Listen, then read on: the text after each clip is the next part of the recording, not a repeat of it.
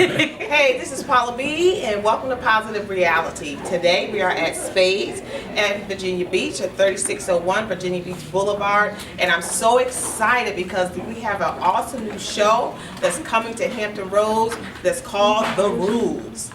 And it's all about relationships, and this is a casting call, and I'm so excited to be part of this event. So we're going to go panning around the room, talking to the candidates that are interested in being the co-host of The Rulz. That's good. Okay. 3, 2, 1, action. I just ran into Jody Slaughter, who is auditioning for The Rulz. How are you, Jody? I'm well, Paula. How are you? I'm doing very well, thank you. And why are you interested in being a co-host for The Rulz? Well, actually, as a psychotherapist, relationships is one of my specialties. I have written curriculums on love, marriage, sex, intimacy, celibacy, life after divorce, and I feel that I have something to say to the listeners. There you have it, Jody Slaughter. Good luck to you, Jody. Thank you so much. I'll be here. Paula B, we have. I'm sorry. You ready? 3, 2, 1, action. This is Paula B, and I ran into another person that's trying out for the co-host for The Rulz. It's Andrea Holland. Hi, everybody. How are you? I'm doing just fine, thank you. All right, and tell me one of the reasons why you want to be a co-host for The Rulz. Well, one of my public figures is Oprah Winfrey. And the topic, I really enjoy the topic. I'm 51 and single, and I have a lot of stories to share. I hear you, girl. 51, single, and she has a lot to share. Good luck to you. Thank you. Do that over again. I can't see. 3, 2, 1, action. Hi, I ran into another candidate, and her name is Kim Fields, and she's also trying out to be a co-host for The Rulz. How are you, Kim? I'm great. How are you? And tell me why you want to be a co-host for The Rulz. Well, I love helping people, okay? And I've been through a lot of relationships, and good ones, bad ones, and people need to know the rules, and it would be a better place. People would be a lot happier. So you said we don't know the rules? We don't know the rules. Somebody got to school them. Gotta get schooled by Kim. You better do it. Thank you. Okay. 3, 2, 1, action. Ran into Tanisha, still hanging out with all the candidates for the co-host for The Rulz. How are you, Tanisha? I'm fine, thank you. Good. And tell me why you want to be a co-host for The Rulz. Oh, well, I'm an opinionated person, and I do have a heart for marriages, being married over 20 years, and I've learned that I guess if I want to see other people who are single, happily married, I also have a heart for singles, so I'm here to talk about both sides. Both sides of the cake. There's two sides to that story. Good luck to you, sweetheart. Thank you. You're Nice welcome. to meet you. Nice to meet you. 3, 2, 1, action. And I am hanging out with my good friend Karen. How are you, Karen? I'm good, thank you. How are you? I'm doing very well, thank you. And you're trying out to be a co-host for The Rulz. Yes, I And tell am. me why you want to be a co-host. Well, I enjoy being on TV. I feel I'm a people person, and we all have opinions, but mine is going to be the one that counts. Hers is the one that counts. Good luck to you, Karen. Karen. Ready? 3, 2, 1, action. Still talking to the candidates about being a co-host for The Rulz. And I just ran into Rulz. Digging that name, loving that name. Tell me how you got the name. I got the name because I'm a relationship coach and I keep it real and raw. Okay, you got to be direct with it. You got to tell the people the truth. You gotta tell them the truth. Why do you want to be a co-host? Well, I do a lot of speaking on relationships. I'm the author of 2 books called The BS Theory, teaching women to be human beings. That's the text. I hear you. All right, it's all about the raw silk. Good luck to you, sweetheart. Thank you so much. All right. Thanks, sweetheart. Slide over here, fellas. I'm excellent. 3, Wait, I gotta get you. What's your name? Rhea, golf. Rhea? Uh-huh. Okay. Like a ray ho. Oh, ray of sunshine, Yep. ray ho. 3, 2, 1, action. I'm hanging out with Rhea. She's here also to audition for The Rulz. She's very tall. I know I probably look like I'm about 2 feet tall right about now. Rhea Hope, that's what she told me. Rhea Sunshine. How are you? I'm doing great, thank you. All right, tell me why you want to be a co-host for the talk. Oh, everybody. You got to do that. I said the talk. Well, you can just you can just Okay, go. I can just go with it because we can cut it. Okay, for the rules. Everybody wants love, and my gift and purpose is to educate and encourage everybody. And I want to use my life experience along with my education to help people find love.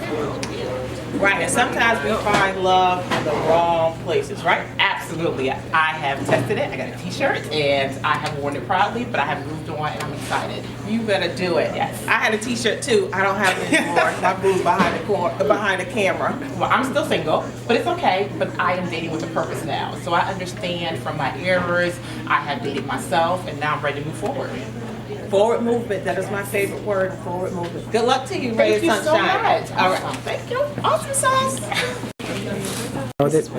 Get ready. 3, Yeah, I'm spinning. 3, 2, 1.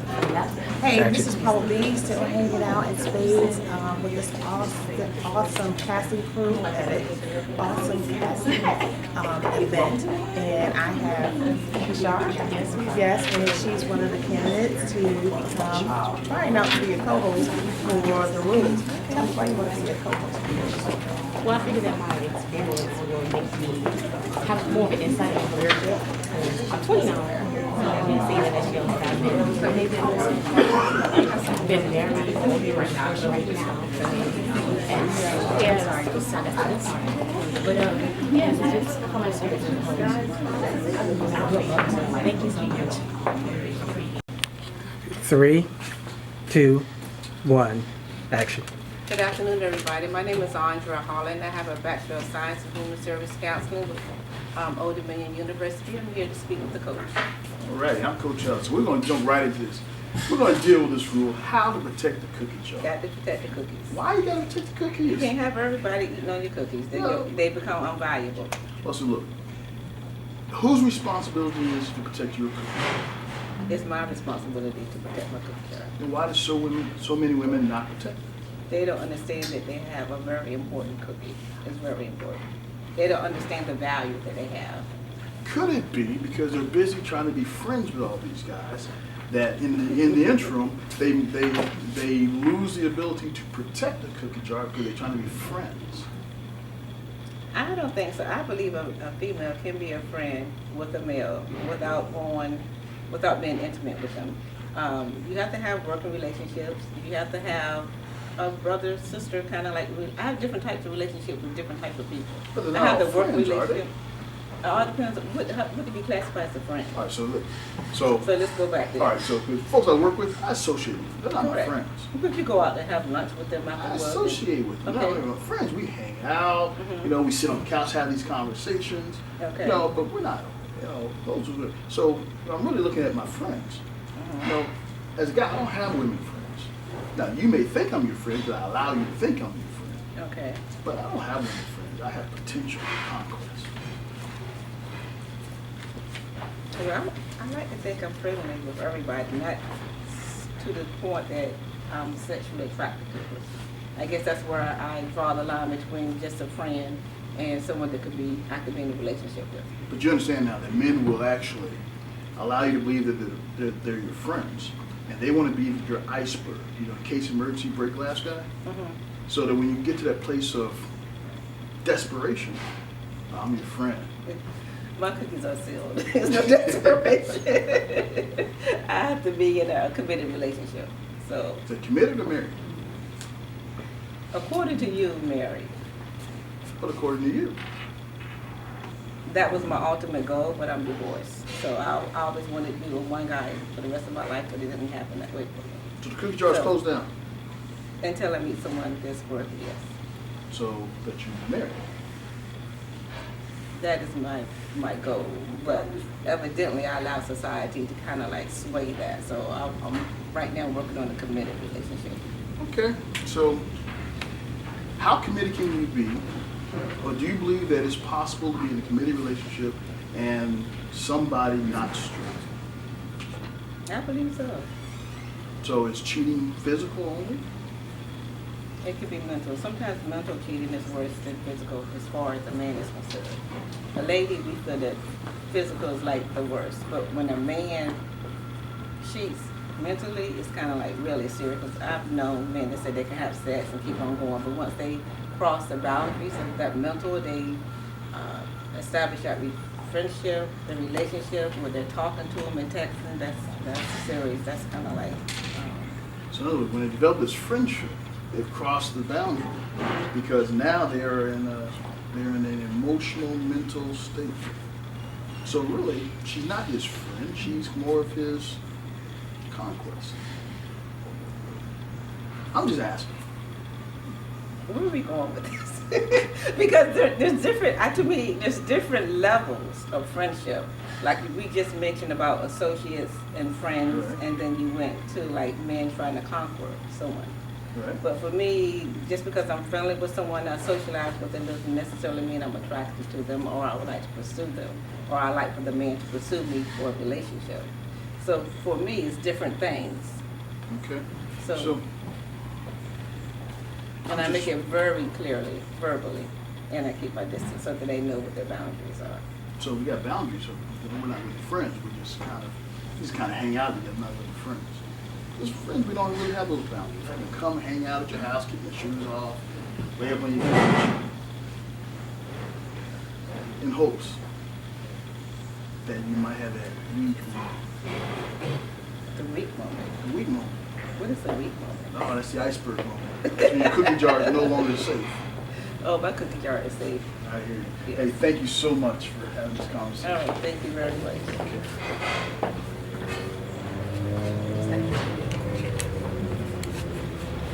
Okay. You ready? 3, 2, 1, action. Hello, my name is Kishar Hoodie, and I would like to address know how to love. That's rule number 8. Know how to love. Yes. All right, good rule, good rule. So, there's so many people find love so many different ways. And they talk about love in so many different ways. So, it's important to know how to love. So, how do you love when the physical part of your relationship isn't working? My whole thing is, I know the 5 love languages. You know, it's words of affirmation. Excuse me if I'm not correctly, pronounced correctly. And then you have quality time, receiving gifts, acts of service, and physical touch. Me personally, I like quality time and physical touch. Because with the physical touch, you can get confused, and I say that because as you're growing up, you have that motherly love, you know, that warmth that your love take off, fill it up, to know that you care. But at the same time, when there's a situation that comes in there, a domestic relation, as far as domestic violence, it kind of deteriorates that. So, now I'm a guy. Okay. The 5 love languages, physical touch, that's pretty sexual. Don't have to. It don't have to. Come on, I'm a guy. Okay. How can physical touch not be sexual? Because you have all the senses through your body. It don't have to be sexual. If I touch you on your forehead, that's foreplay. If I hold your hand, that's foreplay. It's all, if I kick you in your shin, that's foreplay. It's all about getting to the cookies. No, it's not. It's all about essential, excuse me, and then you have mental stimulation. And that's my type of thing, mental stimulation. Okay, I hear you. Did I confuse you? No, you didn't confuse me. I'm just saying I'm a guy. That's a Okay. you know that's Charlie Brown. Wah wah wah wah wah wah. Let's talk about real. So you're trying to tell me that we can be intimate and not be sexual. Yes. I think that's a girl's moment. Let it be, and that's when you go in there, emotions versus the logic. So let it be. But it's all about emotion. You have to get invested emotionally before you can get that person. Well, okay, shall I say me? You have to get invested emotionally before you can get that physical. Because again, back to the whole. If the physical is designed to emotionally bond you together, how do you get emotionally bonded without the physical? Well, first of all, we gotta know ourselves. Let's put that into it too. Because you have to know your worth as a person, your body. Because it can. Okay. I'm about to go somewhere else. Go there. Yeah, okay. My mama may watch this, I don't know. But first time I ever had sexual, I didn't know myself. And then it was much more of, oh baby, you know, I love you, blah, blah. Okay, whatever. I didn't know what that was. But at the same time, I gave myself up and physical, but I wasn't loved. I didn't feel that love thing. You know, it was a little. Because that's the physical. But that doesn't mean that it was there. You know? But the love tank, Yeah, the emotions were played. because that's what guys do. Yes. Because do you believe that guys play with the language of love being sex, women play the language of sex? Yes, but being women can love? play that too. Let's not be double standard. So Yeah, women can play that too. you think they can play that? Yes. Is it easier is it harder for women to play that than it is for men? I don't think so. And I say it because of again, talking emotions versus logic. If you can cut your emotions off, like there was a time, again, my mom may watch you, sorry. But there was a time that I'm always 29, so, but there was a time that I was like, you know what, meaningless sex, but at the same time is don't cuddle, don't kiss, and we can high five after we're done. Because I didn't want to get emotionally invested into that. But now I'm just an old school guy. Right. For me, that would mean that before you even had relations, you were already somewhat emotionally invested, weren't you? I knew the guy for 16 years. Yeah, so you were some emotionally But invested. it wasn't that, now this you go back to how to love. It wasn't that love system as far as to love, to be in love, and to choose to love. To love, I care for you. You know, you have that one, I admire you. To be in love is, I'm obsessed with you. I want to know everything I can know about you. I want to spend all the time with you. But to choose to love, it goes towards choose to cheat, choose not to cheat. You know, because I'm caring for you, I'm putting all my time into you. So I'm choosing to love you, to admire you, to make sure that you're the only one. And I choose not to cheat. All righty, Keisha. Oh, good grief. That's been a great conversation. Thank you so much for your insight. All right, Coach Ellis. Thank you. All right, everyone. I like Yeah, my mama gonna see this. I gotta warn my mom first.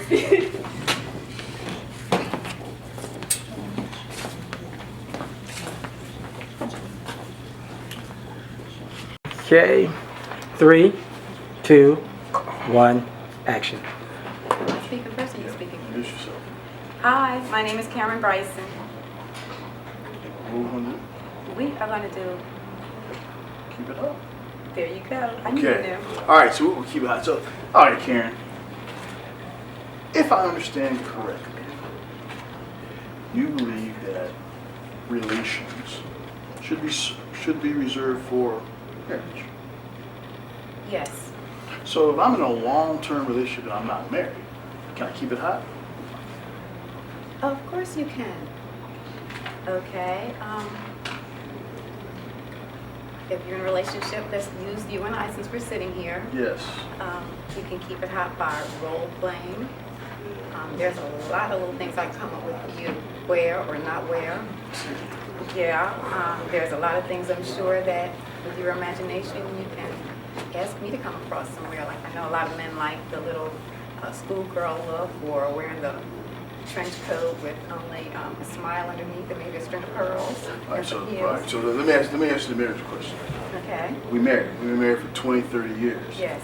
Is there anything off limits in the intimacy department while we're married? Absolutely not. Because if you and I know our boundaries and we're comfortable with each other, and you respect my boundaries and I respect yours, if there's something we both want to try, we can have a safe word, say, well, no, that hurts, or why don't we try something different, or whatever we decide between ourselves, if we're both in agreement, then it should be fine. So if we were theoretically in agreement that we want to bring a third person on, I'd kick your behind. okay, would you know? Been there, done that too. No. Okay, so how do we keep it hot if we're not willing to experiment? Do we make our own films? Do we make our own recording? How do we keep it hot and keep it safe? Or how important is it to keep it hot? How important is it for you to trust me in order to keep it hot? See, that's the big thing. If I trust you, then I would trust that whatever you and I do would stay between you and I. You wouldn't be sharing it with your friends. If we had a video or our own little sex tapes, it would be something that you and I could enjoy, not the general public or get leaked to someone else. the big thing, like you just said, is trust. But if I am an upstanding church member, under some things that no matter what we agree to, I shouldn't be able to participate. The church, theoretically, has nothing to do with your marriage and mine inside our bedroom. That is personal between you and I. So is it possible to be freaky deaky, and or are there limits to the freak quotient we can have in our marriage? No, we can be freaky deaky in the marriage. That's how we're supposed to keep it hot and interesting, and 20, 30 years down the line, you can still look at me and smile and say, oh my gosh, I still love this woman. I still want this woman. She still excites me every time I see her. So when our children come to us 20 years down the road, they're having issues in their marriage, do we share with them some of the things that may have kept our relationship hot? If they're coming to us, that means that they respect our opinions. They want us to be truthful with them. And of course, yes, you can share within the boundaries of what you think would help them in their relationship. So I can tell them, Mom swings for the chandeliers. Ooh. Well, they may not want to know that. That might be a little bit too much for them to handle, but within their own, whatever they share with us as far as, okay, well, I would like to get my wife or my husband to maybe explore this, that. How do you feel about that? Well, did you speak with your husband or your wife in terms of what would make you happy and how you would feel about it, and what can you do to explore those possibilities? So there are a lot of angles you can use So in our marriage, we can explore all 50 shades. Can you handle all 50 shades? I don't know, but I want to try. So, and when we can tell folks, do you have a problem telling folks? We got all 50 shades going on. And that's why after 30 years of marriage, we still crazy about each other. I don't think we need to be explicit in what we're sharing with other people, but we can say, yeah, we're still hot and we still know how to make each other happy. All right, well, hey, Shirley, thank you so much for this transformational conversation. You're more than welcome. 3, 2, 1, action. My name is Ronald Young, and we're going to talk about the bounce back. How do you come back from harsh breakups or infidelity, whatever the case may be. All right, so look, partner, we men. Right. We don't emote a whole lot. Right. But has there been a time when you've been reduced to a fetal position? Oh, yeah. You know, crying like a little baby over someone who did you wrong. Right. Yeah. So oh yeah. Then how did you bounce back from that? Or did you bounce back? Yeah, the other day it was hard to do because as men, we never think we're gonna get hurt. We always think, okay, we the one inflicting the pain. We never think of like Johnny Taylor song, who's making love to your old lady while you out making love. So we never look at it like that. So when it do happen to you, now it's like, okay, now I gotta refocus. Like, I can't believe this happened to me. And it's like you want to be mad, but you don't want to. But you know, you're trying to keep your cool because men again, we don't want to let the other person know you done hurt me. Yep, that's We're true. trying to hold that in. I don't want to let you know you done hurt me, but I'm trying to figure my way around it. So then you talk to your boy, man, I can't believe she done me like this. I can't believe she did you like that either, man. Yeah, you know, and just back and forth. And then the natural thing to do, those times, ironically, was okay, I'm going to find me somebody else then. That's how I get over this. Somebody else to go and abuse and misuse. You know, and you just take that train and you just ride it again right on into another relationship. See, because when I was about it, what women don't understand is that after a hard breakup, we're on a mission. Right. We're on a vengeance mission, and it doesn't matter who's the object. We're on a vengeance mission. Right. That's right. Or we're looking, as I always say, we're looking for peace because we hurt. We all in a disarray. We're hurt. We're looking for PEACE. But when we go to this other person, it turns into PIECE, and we just flow with the flow. Yep. That's how it, that's just how it goes. And it's like that gives us that peace, because that wasn't what we was looking for, but that's the way it happens, so we just flow along with it. So what do we do as men? Because, the problem is that we get hurt. First of all, no one believes we get hurt.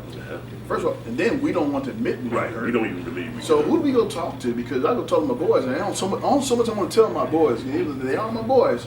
But you know, I'm the man. I'm a man. So you know, there's only so much conversation we're gonna have. By and large, we just don't talk about it. Now, obviously, I have a men's mentoring that I do, you know, at the mountain, and we talk about things like that. But men normally never have an environment that we can just openly talk about our hurts, our pains, our failures. We just hold it in, and it takes. I always say it takes a heck of a woman to really be able to pull that out of a man, or a heck of a good friend to be able to say, man, you need to talk about that. You need to let that go, or you need to open up about it. We just don't have it. And very seldom will we look for it. First and foremost, we know we need it, but we won't even look for it. Would you agree that a great woman can ruin a good man? A great woman. A great woman can ruin a good man. She will enhance a great man, but she'll ruin a good man. No, I wouldn't think so. When you define what you mean by great woman. No, she is. Let me give you an example. Great men have to have certain types of women in their life because you know the more power and authority you have, the more women are coming after you. It takes a very special woman to be the woman of a great man. Okay, right. And if she is only good, she doesn't understand. If he is being offered the benefits of companionship by multiple places, she's got to up her game without feeling like she has to compete. Right. And she has to know her man. She has to know her man. Right. She has to know her man, and he has to understand the position that he's in.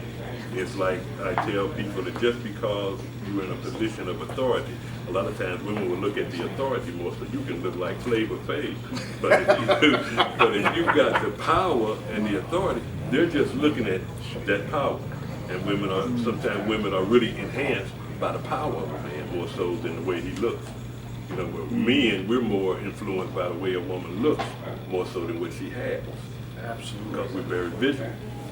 So, outstanding. Ron, I appreciate you spending this time Yes, in this conversation. Absolutely. It's good to have brothers talk because, you know, No sometimes, because, you know, when women get together and they talk about their issues, they all think like women. We don't get a lot of times when brothers sit around and say, hey, yeah, that's the thing, but this is the truth. That's for real. I appreciate it. Gotcha. Thank you. Good?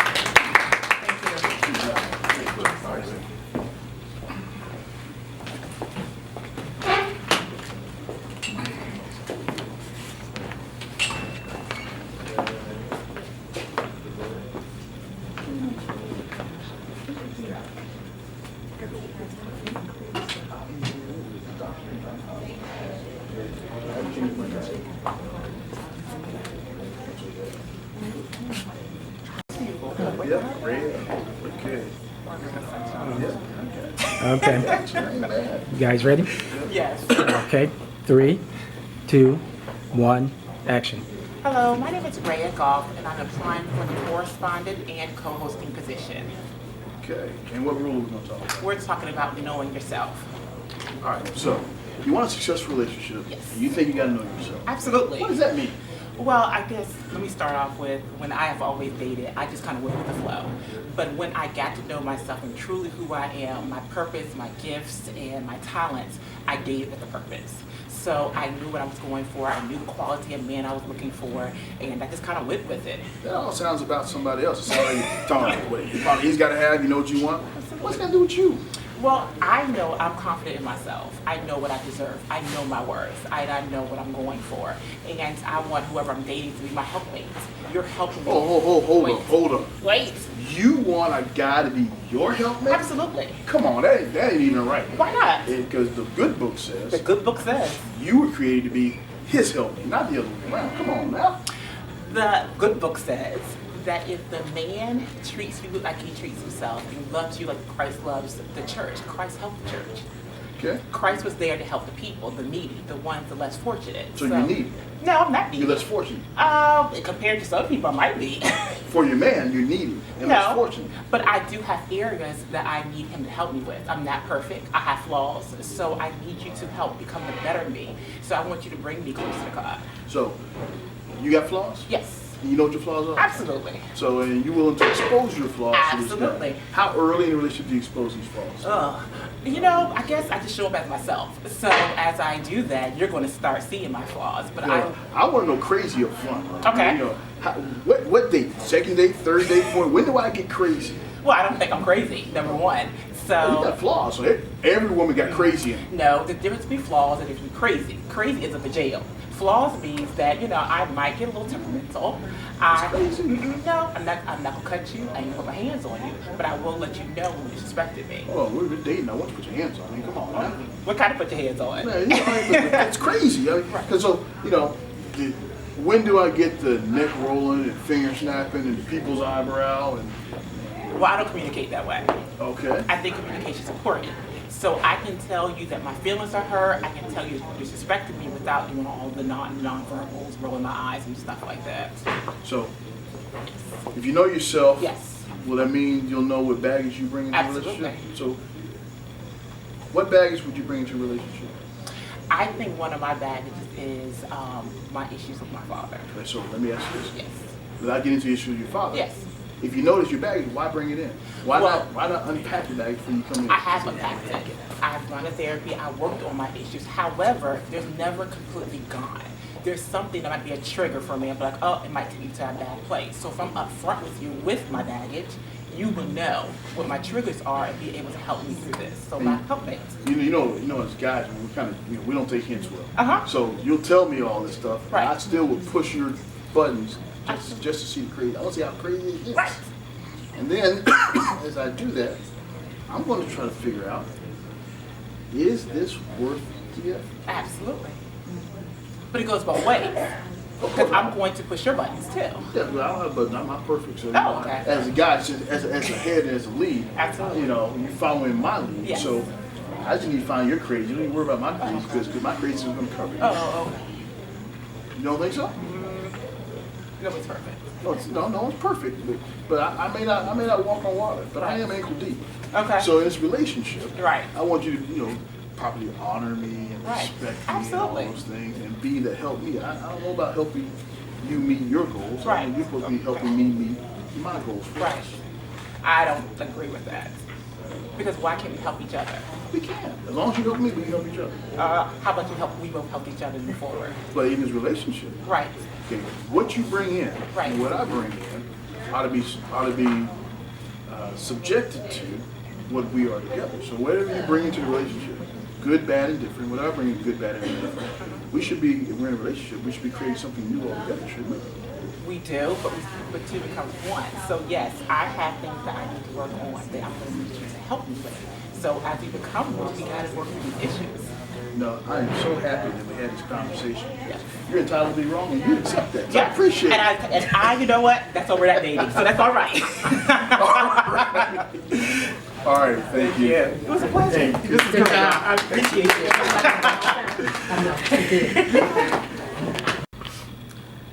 Okay, 3, 2, 1, action.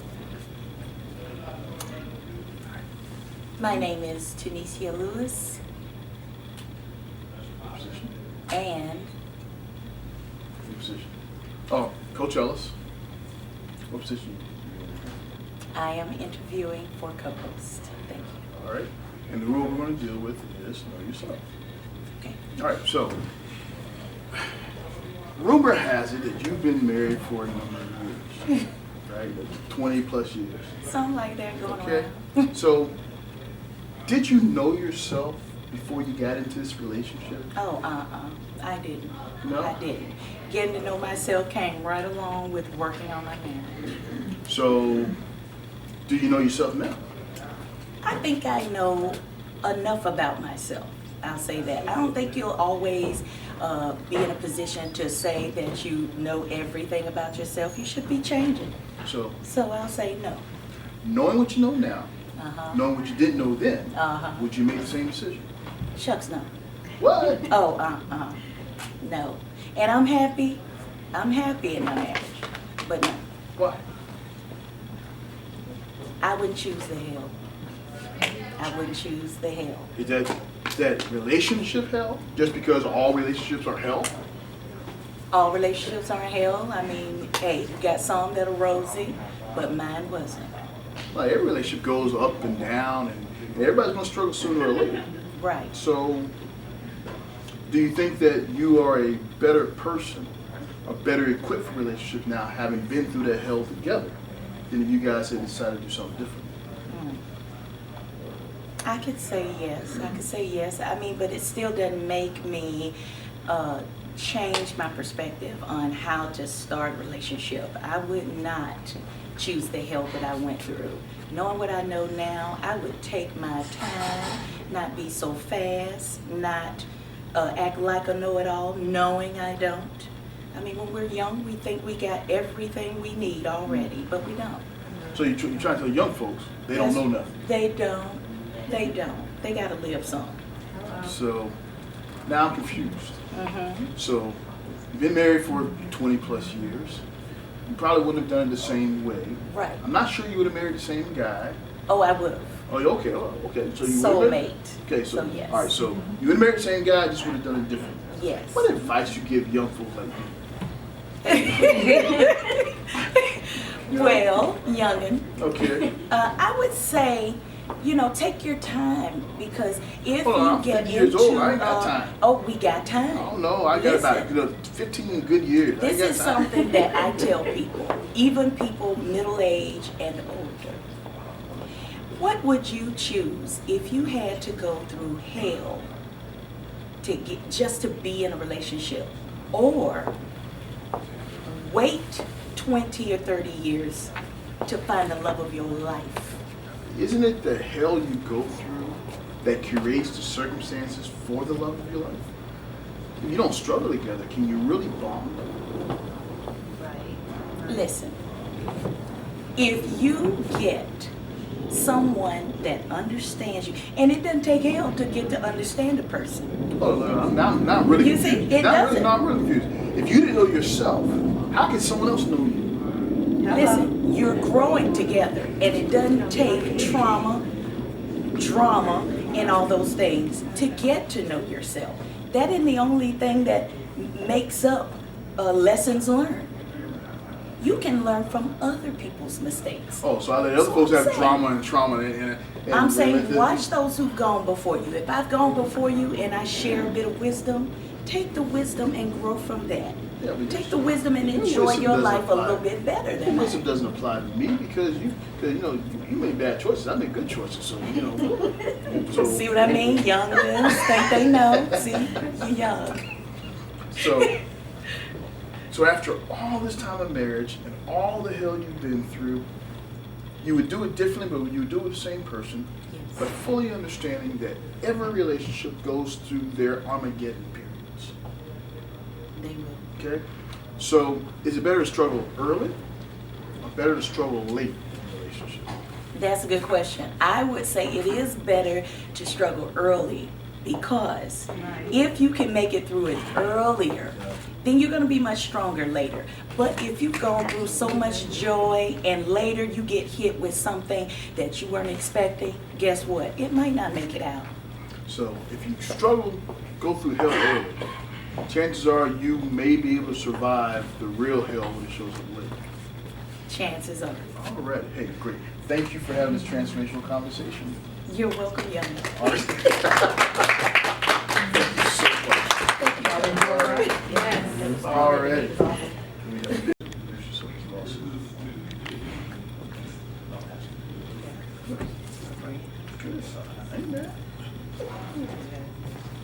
Okay. 3, 2, 1, action. Good afternoon. My name is Tracy Hardy Scott, better known as Rulz. I am going for the co-host position as well as correspondent. All right. So let's get right into this one, Ross. So, all right. One of the rules of a relationship is you must know the game. All right. So in the game, you're either in it for a long haul, you're just biding time, or you're just in it for a good time. How can you tell which one you're actually in? Well, first of all, you have to decide and choose what role you want to be. Okay, what happens is people go into a relationship, first of all, they don't talk, they don't communicate, they don't tell what role they want to be. Perfect example, That's why a lot of women are out there now in situationships versus relationships, because they didn't say that they were on the roll, on the path of becoming a wife. They set themselves up, or like that side chick that's out there now catching main chick feelings.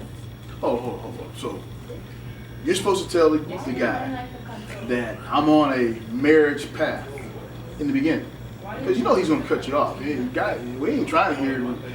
I'm out for the conquest. I'm not out for the eternal security of marriage. So if you tell a guy that, you'll be by yourself a lot.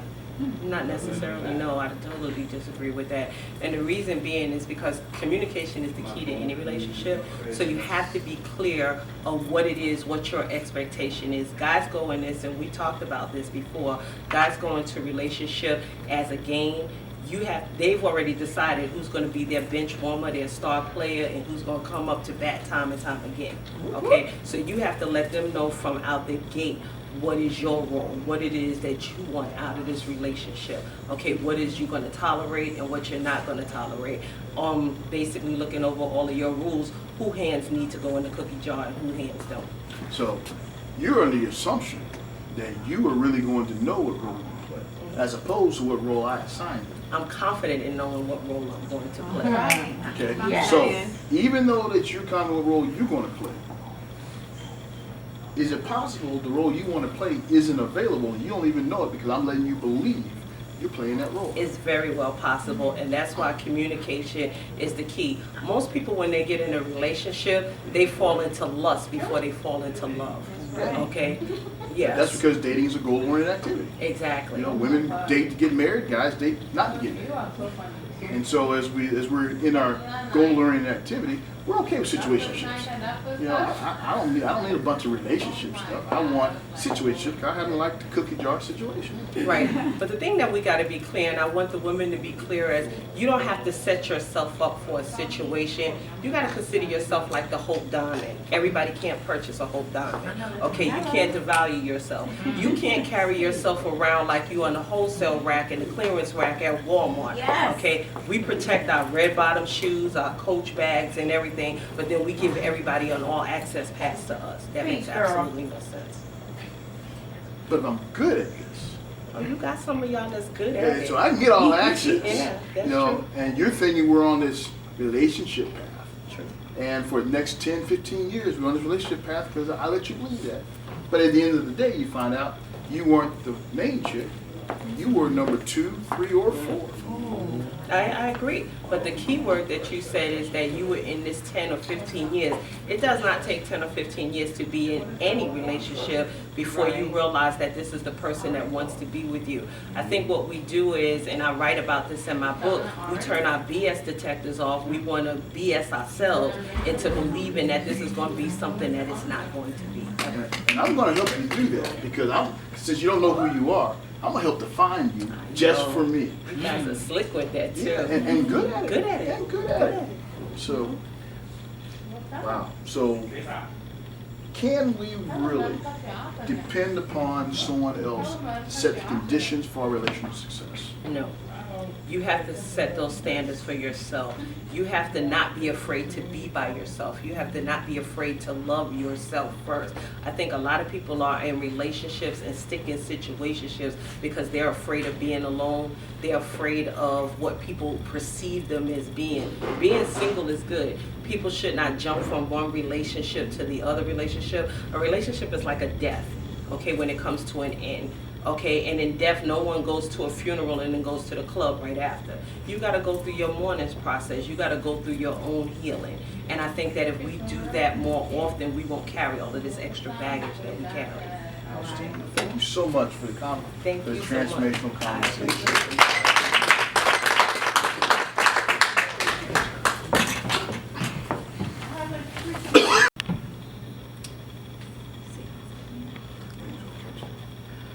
Okay.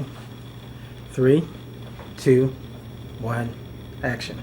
Good afternoon. My name is Brenda Henderson. I'm the health boss, and I'm here to try out for the co-host and the corresponding reporter, and I'm going to talk about us. Okay, so we're going to talk about know our us. Now, I don't mean to offend you at all, but but you're a little older and wiser than most of the folks we've talked to. You've been married for a while. 41 years. Okay, wow. So when you talk about knowing our us, has our us changed in 41 years? Of course. So how do I know our us if our us is changing? We have to first know us, the wife and the husband. You have to know you, and you have to know how you're evolving. Life is an evolution. You don't stay the same. We all grow from time to time. It's like going to school. You don't stay in the first grade and not go to college. You have to evolve, and that happens in relationships. Things happen during the marriage, during the relationship that changes all of us. We grow through our pains, we grow through our joys, we go through seeing our children grow up, we grow through seeing the losses of our family members, our friends.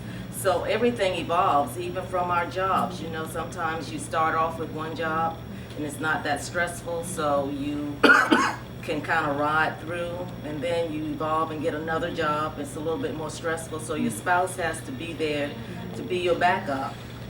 So as you're discovering about you, in order to know our us, we got to know ourselves, we got to know our boo, Yeah. and then we got to know what we are together. Have you found that over time, the things that you said you would never ever put up with and never ever do, you ended up doing them for the sake of the us? Yes, that's called compromise. And in a relationship, you have to have compromise. My husband is a workaholic. I don't like it sometimes, but the first thing, and the one thing I tell young girls, before you start talking about all this love and all this other stuff, you have to talk about one thing, and that's respect. And I understand who he is and what he is, and part of that is he's a workaholic. He likes his job. He likes to be the caregiver. He's like the old-fashioned man who's been taught to take care of his family. So part of that, you have to respect that. If you don't respect that, then you shouldn't be in the relationship with that kind of man. You can't change people. There used to be a song out there talking about changing people. You have to accept people for who they are and what they are. You can't change people. So what is something about his personality or something about his that you just really don't like? He's too kind. Yeah? He's really too kind. It just drives you nuts. It drives me nuts sometimes because sometimes I see other people taking advantage of him because people take your kindness for weaknesses. And that drives me crazy. And sometimes I have to pull him to the side and tell him, you know, enough is enough. I have to explain it to him, break it down. Sometimes we agree I'm right, sometimes we don't agree that I'm right. So, if you respect him, is it safe to say that a man needs the respect of his woman and she needs the love of her man? The man needs the respect of his woman and the woman needs the respect of her man. Absolutely. So what about love? Love comes in. You can love anybody, and as you grow, that love evolves, but you can't have love if you don't have respect. I don't care how you cut it. So is love a choice? No, it isn't a choice. It's something that grows within you. It's really an evolution of respect, because if you don't love yourself, you don't love your spouse, then you can't love them. So there's this thing that there's a lot of things. Yeah, because we watch TV now. There are a lot of reality shows about relationships. Hashtag Black Love, love at first sight, love, married by my parents, or whatever the case is. Why are there all these relationship shows going on right now? Folks are looking for love, and they're not doing it the way that maybe you did it, that was more traditional.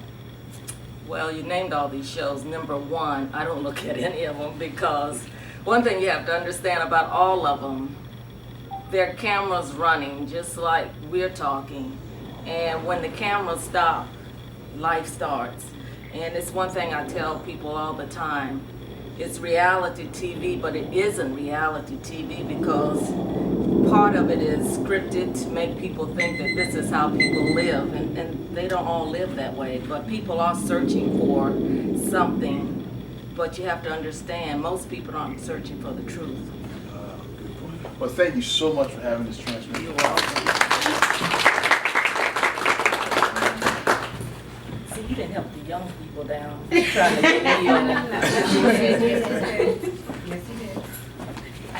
Thank you, Ms. Brenda.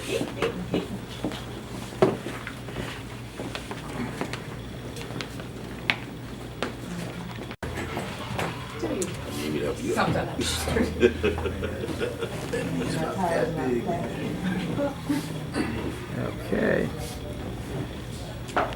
3, 2, 1, action. Hello, my name is Mr. LP Steven Sykes, and I'm auditioning for a co-host and correspondent. And I'll be talking about how to keep it hot. How to keep it hot. Yes. All right, so let's just start off with this. All right, you're about 5'4". 5'6", or whatever. Okay. All right. How does someone 5'6" keep it hot when girls always wanting someone 6 foot taller? Because I'll tell you why. Most of the time, women and men thinking about keeping it hot, what matters with your privy member and your tongue. But what really matters is the first important organ is that the brain. Is taking the time out to listening to what they have to say and what goes on in their life. That's how it matters. But all right, so I get that. If that briefs well, it sounds good, but let's be honest. We only talk and really listen to women for the benefits we get from them feeling like we're listening to them. That's you, maybe you, but not me. I talk to the women because I want to hear what they have to say, because I can't get into them and I don't want them if they don't stimulate my mind. All right, so all this stimulating of minds and all that is great, you know. But the bottom line is, if dating is a goal-oriented activity, it ain't about my mind. Some, that's maybe their goal, yes. But the physical aspect, a real woman is going to pay attention to all the other different things. How I act, how I interact with other people. If they look at me and see, hey, I want to focus on my height, then really I don't need to pay attention to them, but that's not my goal in life. Yes. I actually date because I want to get married, not just for sex. You know, I'm confused because that does not sound like some man talk. That sounds like somebody's been brainwashed by a bunch of women. Let me help you talk out. About. Let me help you out. You said something, man, but I'm a gentleman. Ooh. That's what's Here's what I'm confused about. Because it briefs well. I got you. It briefs well. Women love to hear that. But if we're honest about it, if we're really honest about it, aren't we simply trying to figure out what the right buttons to push to get them into a place where they will satisfy my wants and my needs? Well, everybody has a certain level of wants and needs. Now, yes, if it would stimulate my mind and my body, so yes, I wouldn't mind having relations with them. But all that doesn't come into play if you don't take care of the other business first, because all that's going to go here or there. That only lasts for about 5 minutes, a few days, maybe a month or two. But we're talking about length of time. I'm looking for long-term satisfaction. So every girl you're interested in, every woman you're interested in, you're looking at marriage. You're on this marriage track. Why bother dating if you're not going to go about it? See, maybe for some, and that's the goal, go right on ahead. But you got to also handle the game the right way. But for me, and for a lot of other men out there who are gentlemen, I'm looking to marry, and I'm going to go about it the correct way. I'm trying not to be offended here, because I am a gentleman. Okay, okay. But it doesn't necessarily mean I want to get married. Okay. Okay. You may want to have fun, sow your wild oats, that's fine too. No, it not even about so. I want relationships. I want to be in relationship, having relations in relationship. I mean, I want to get married. Okay. Okay. But ultimately, if we're really talking about keeping it hot, we're really talking about what she brings to the table. Well, I'm going to tell you also what helps bring to the table. A lot of women talk about how they can swing around the chandelier and things like that. But for a man, what they need to do is pay attention to all the other different things. Come home at the end of the day, rub their feet. Listen to what they need to do. If she likes a certain beverage every day, then go ahead and get it. All these things sometimes does take work. Oh, that sounds like doormat conversation. No. That sounds like she is running. Where's your manhood? That sounds like that she has just totally taken your manhood and you are laying prostrate before her. No, what comes to the manhood is that she's going to respect that and offer the same qualities back to me. Now, you don't always offer everything off the top, because that's when you have those discussions and understand what type of dinner do you offer to that lady. Do you offer her an appetizer? Go right ahead. But for me, I'm offering breakfast, lunch, and dinner. If you didn't get past that appetizer, I'm not having the rest of the meal with you. Okay. You know what? That briefs well. I am. And my granddad said I'm struggling I'm struggling because that can't possibly be how real men think. That's what we're told to say so they will pay attention to. But you know what? It does happen because those were the type of things that was rooted for many years. We strayed away from it. We got away from those people who put their hands on our shoulders and directed us, who got into this mentality of don't tell us what to do type of society. So now, divorces are higher. Relationships are in and out. So many children. That's because the women are out of control. Or is it only women or men? Or if not both? All right. Hey, I appreciate the conversation. Not a problem. I appreciate it. Thank you very much. Don't make me come up there.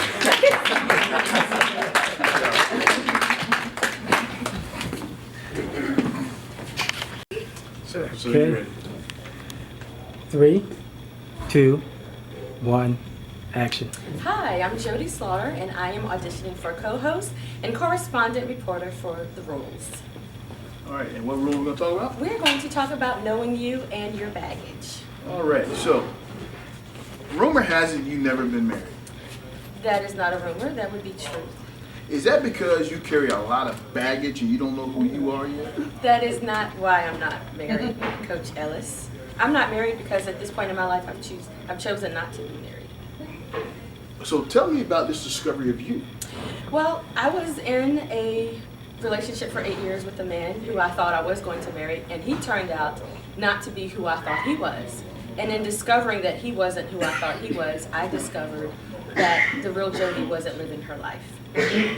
So just because a brother made a mistake, just because he had some issues, now all of a sudden he's not worthy?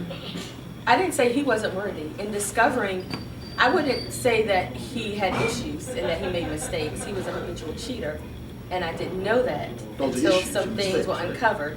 Well, habitual cheater is different from being a mistake. A mistake is one. Habitual is not a mistake, but that's another conversation for another show. I realized that I wasn't who I was because after I found out initially that he was cheating and had been cheating, I stayed in the relationship. Were there signs that you, hindsight's always 20/20, were there signs in your rearview mirror that you looked at and said, I should have probably known this? Oh, absolutely. There are always signs. It's just whether or not we choose to stop and identify what are not our non-negotiables. There are always going to be signs. Every relationship that you have, there are always going to be signs, but you have to decide for yourself, what are your non-negotiables? What are you willing to put up with? What are you willing to tolerate? And what are you not willing to tolerate? And I will not tolerate a man who cheats. So if a man slips up, is he a cheater? What do you mean by slip up? If he happens to accidentally have relations with somebody else, is he a cheater? Well, in the context of Webster's dictionary, absolutely. But that doesn't make him a habitual cheater unless he slips up more than one time. With the same person or different people? It doesn't matter. So as long as it's not you, he's cheating. Absolutely. So Is that not how you view it in your relationships? Well, since I would never have a man cheat on me. So Okay, well, with a woman. So, as I've grown older, I've redefined something. Because it's possible she could cheat and not be a cheater.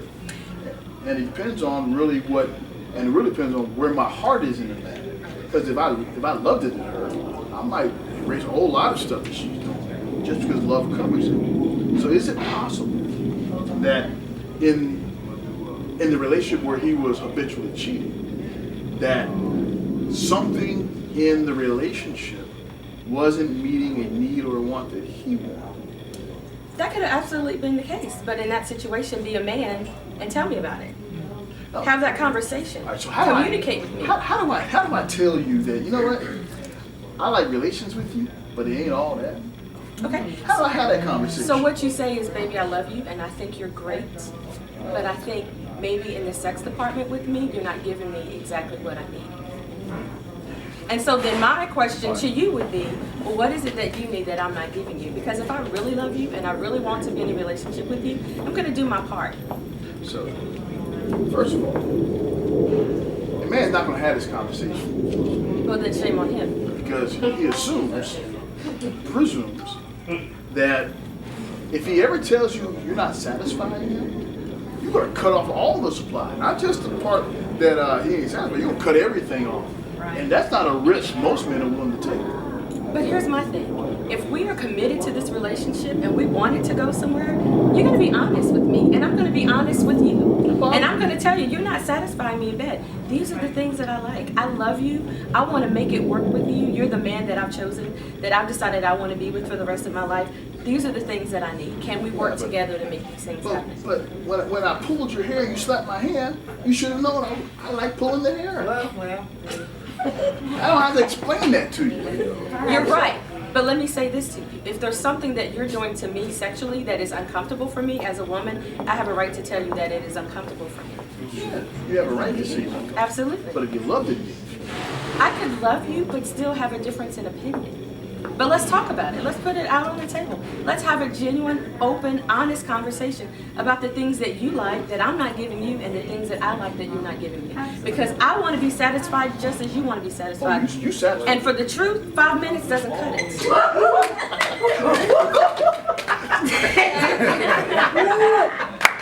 Okay. Joey. Okay. Thank you. Thank you, Ms. Joy. Oh, I'm sorry.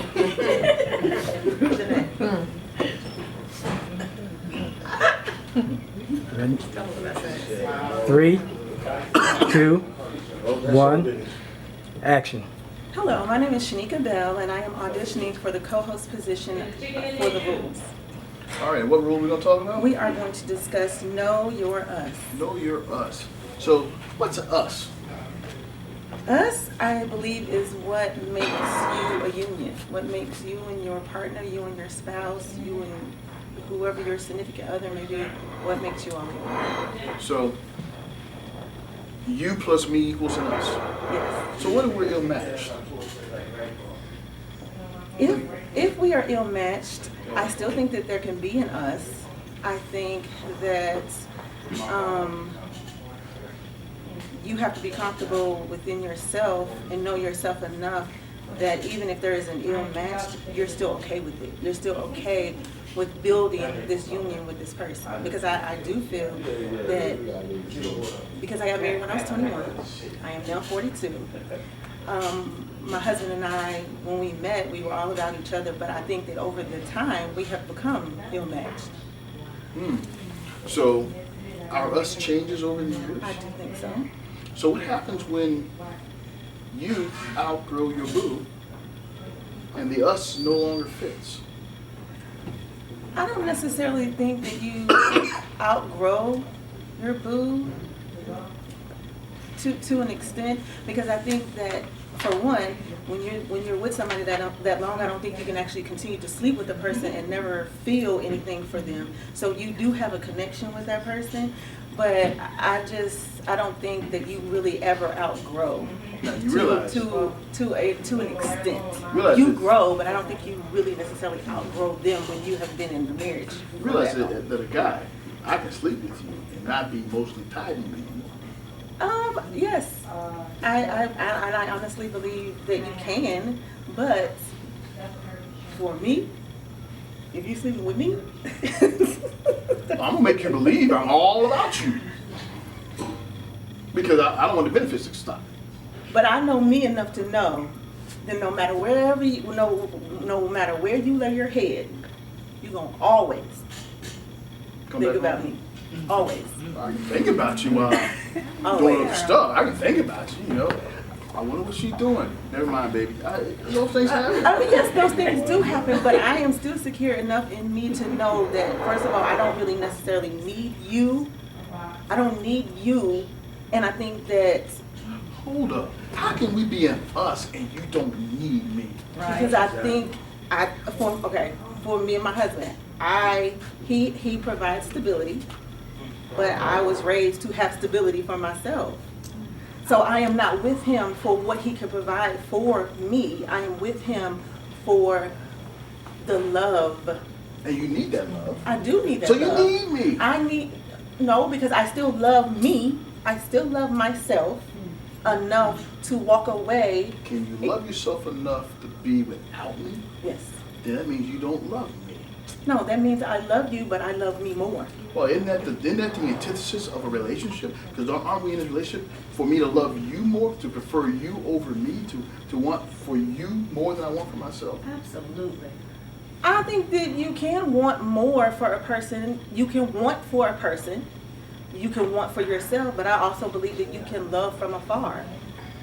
I believe that you can still love a person from afar and still want good for them. So wanting I'm just a guy, I don't know a whole lot, but wanting good for me from afar and loving me is two different things. yes, it is, but I still feel that I don't necessarily have to want to be with you to want good for you. No, but I don't care you want good for me. You're supposed to love me. I mean, you can't stand being without me. No matter what I do, you love me. Therefore, you want me with you. You got to love me more than you love yourself. No. I'm going to love me first. That's selfish. That's not selfish. Love is not selfish. That is not selfish. Because I have, in order for me, if I can't love me, how am I going to love you? I need to love me enough to know what my standards are. And my standards are what I have been raised on, what I have been built on. So I have to love me first. Because if I don't love me first, then I'm going to just allow you to do whatever you feel like you want to do to me. And that is not going to happen. Because Alright. mama didn't raise no baby. Great. Well, thank you so much for the conversation. Okay.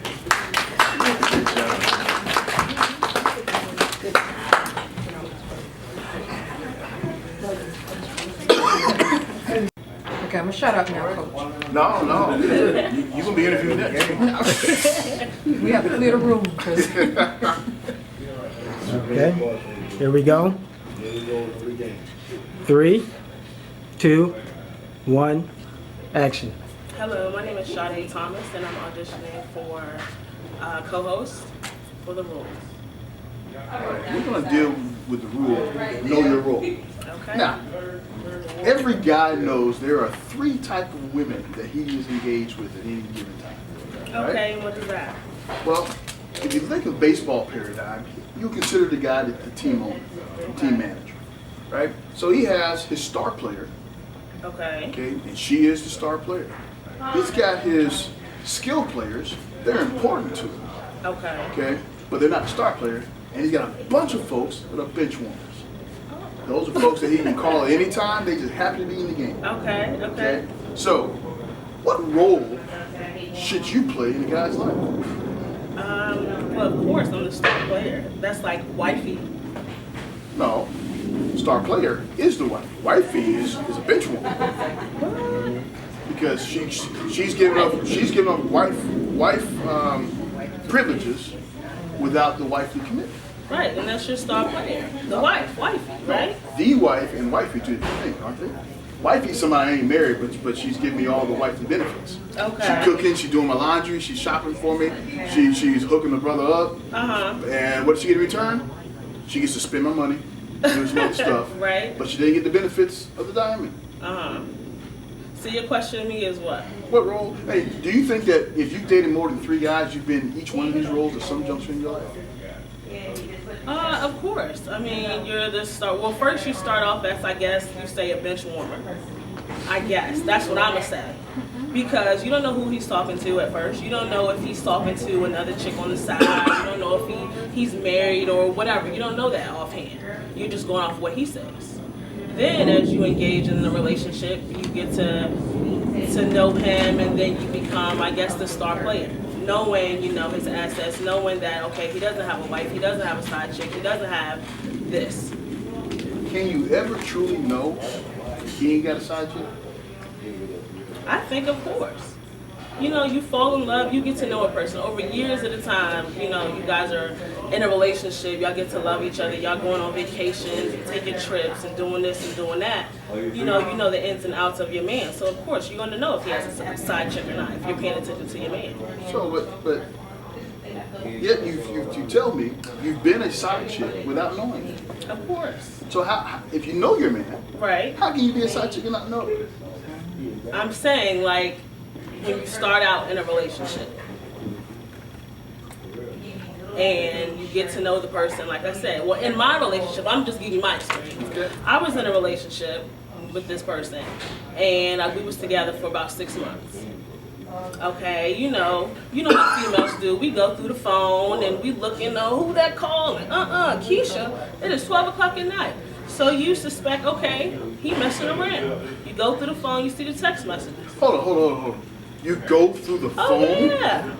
And y'all men do it too. Stop it. Because y'all looking over, y'all peeking. Oh, Tim calling. It's 12:30. He didn't call 3 times today. We're smart enough to put some type of program on your phone so it sends me an email about what you have. That's too but much. you going through my stuff, that's the wrong answer. That's too much. And if I got to go through your stuff, you a bitch woman. I don't care what you are. I got to go through your stuff. Wifey will go through your phone. Your wife will go through your If phone. she goes as well. through my stuff, she's a bench woman. Because if to be a star player, you got to trust me, whether I deserve it or not. You got to trust me. Right. And if you're going through my phone, you a bench woman. I can't go with that. I can't go with that. You could be married for 5 years and y'all fall off, but y'all still married. Y'all going through your difficulties. All of a sudden, she notices your phone still ringing at 1 o'clock in the morning. Why is your phone ringing? But you're married now. Well, just because I'm married don't mean she my star player. Oh, stop it. Some guys marry their skill player because guys don't get married because we love you. Okay, so what's the reason? Oh, we get married to so no one else gets access to the cookie jar. Oh, right. I don't believe that's true. I don't believe that's true. Some men maybe, yes. But majority of the men that's gonna get down and take time to pick out that ring and get down on one knee and ask, baby, will you marry me? And y'all done have 5 kids already? Oh yeah, he loves you. No, he's just taking you up the market. There's a beer called Private Stock, and that's exactly what he's trying to say. Really? You think so? I don't think so. Hey, thanks for having me. All right, thank you.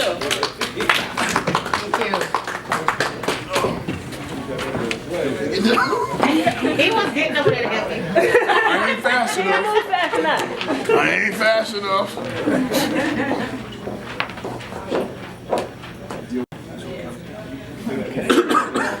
Ready?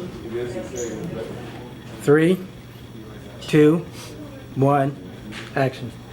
Hi, my name is Fiona Sharon Huff, and I am auditioning for the co-host position for the Rulz. All right, so what we're going to deal with right now is how to keep it hot. To porn or not to porn? That is the question. Okay. All right, so look, we're in this relationship, and I'm all into you, but I got this porn thing going on. So what is your response as a woman to a guy who's addicted to pornography and involved in it? First of all, I don't believe in pornography. I don't agree with that. I don't watch it. And so the person who I'm involved with, if he is watching porn, we can't be together. Well, I want you to join me. It shows all kinds of stuff we can do together. That's why we have each other. We experiment together. We figure things out. How am I going to learn if I don't have any models? I grew up in the church, and that's just not something that I was ever discussed that I would be comfortable with. So I don't agree with porn. But we can take our own pictures. We can take our own film just with us.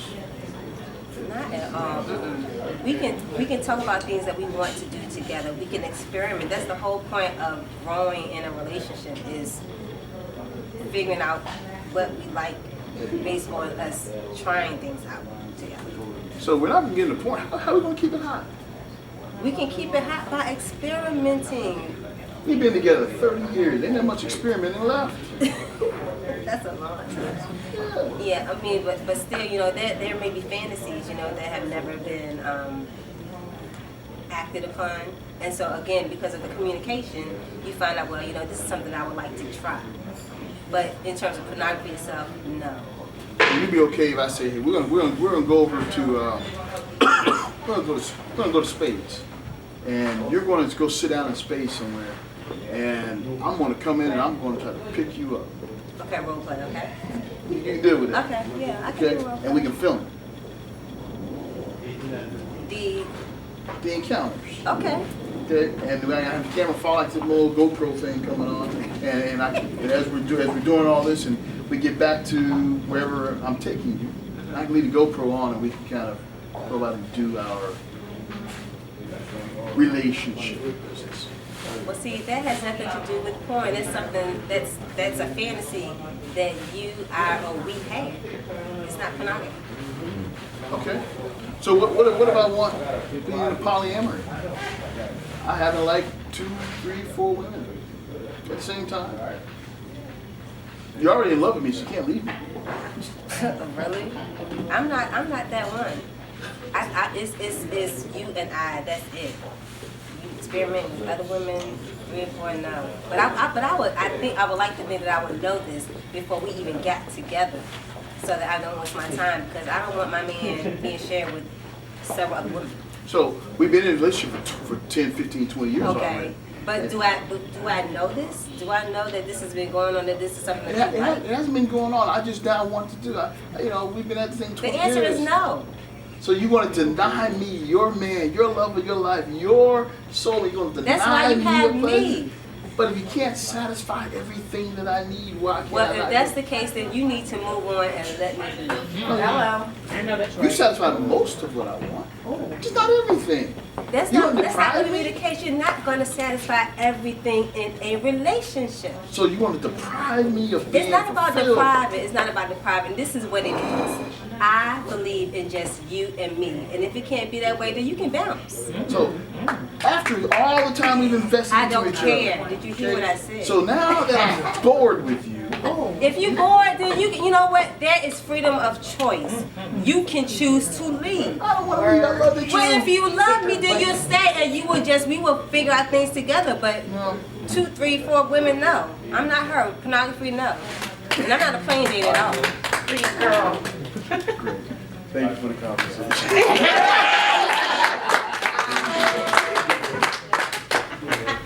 There's an art to it.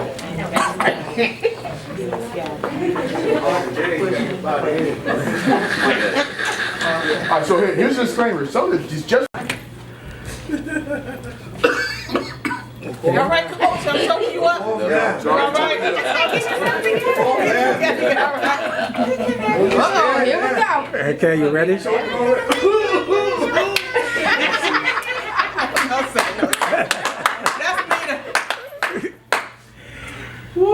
You ready? You can't take church folk nowhere. Ready? Okay. My name is Hold up, no, hold up, honey. 3, This is 2, going to be comical. This is not going to work. 1, action. My name is Paula B, and I am interviewing for the co-host for the Rulz. How are you, Coach? I'm doing great. Doing great. You ready to talk about the rule? I'm ready to make it do what it do. All right, so let's the do rule it. we're going to talk about is know yourself. And the part about know yourself, how bad do you want a relationship?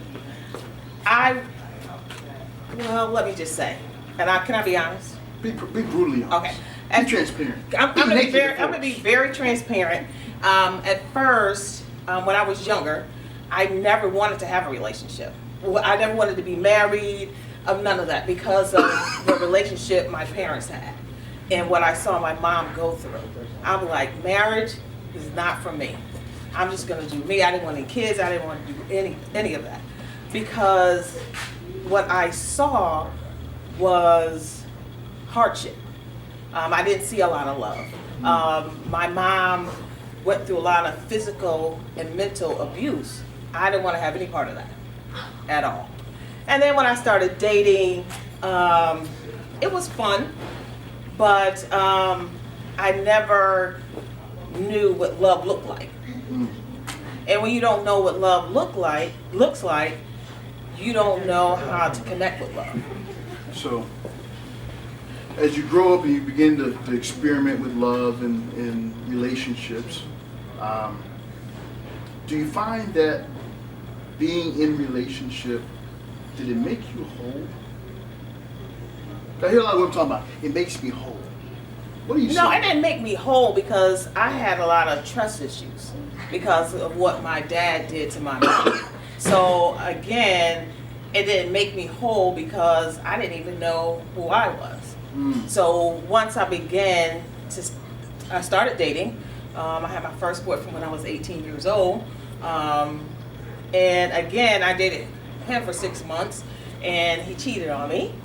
And Hold up. Y'all ain't married. How can he cheat on you? I said, what? Hold up, wait a minute.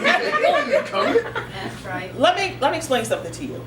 Well, I can't explain it to you. I'm just going to tell you from my perspective, from the Paula B perspective. When you ask me to be your girl, you're asking me for myself. So I'm saying yes to you because you're telling me that you want to be my boyfriend and you're asking me to be your girlfriend. You didn't say I want you to be my girlfriend, but I got Shirley up in the wings that I want her to be my girlfriend Did too. you even have the conversation? Because as guys, if we don't have the conversation, it don't count. So if you assume you're the only one for me, Hello, cracking me. okay with that. Right, you are cracking me out. They have so many rules. They don't even tell me. Okay, I'm gonna tell you. This is how I am. Let me know what type of sandbox you want to play in. If you want to I play, just want to play in your sandbox. No. I just want you to let me know if. Don't make the choice for me. This is where I've always had my problem. I don't like it when men make choices for women. You don't have the right to make that choice for me.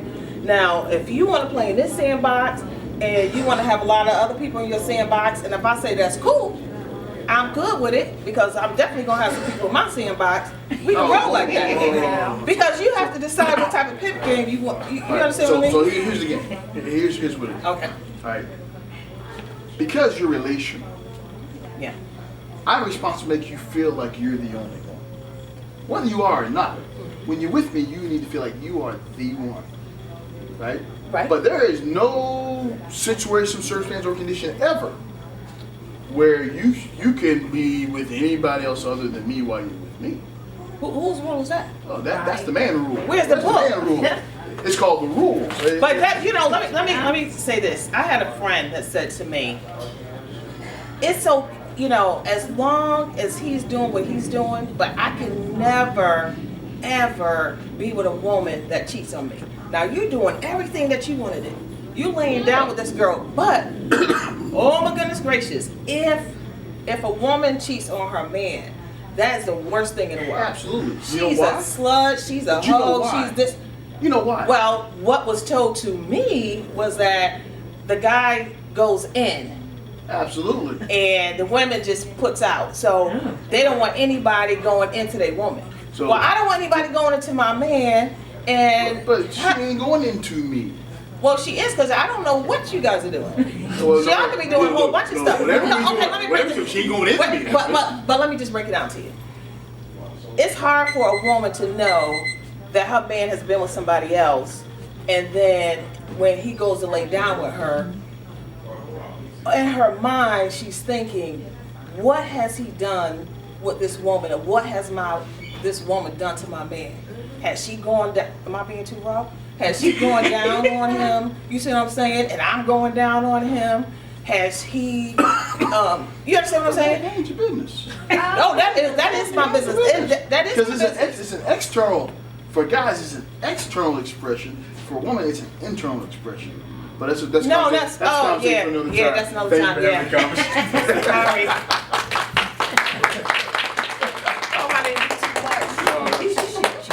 You gotta give me a Sandman hook. Yeah. That was, when Get ready to throw one of them apples over there. Good job. Good job. Well, that's the end of our auditions for today.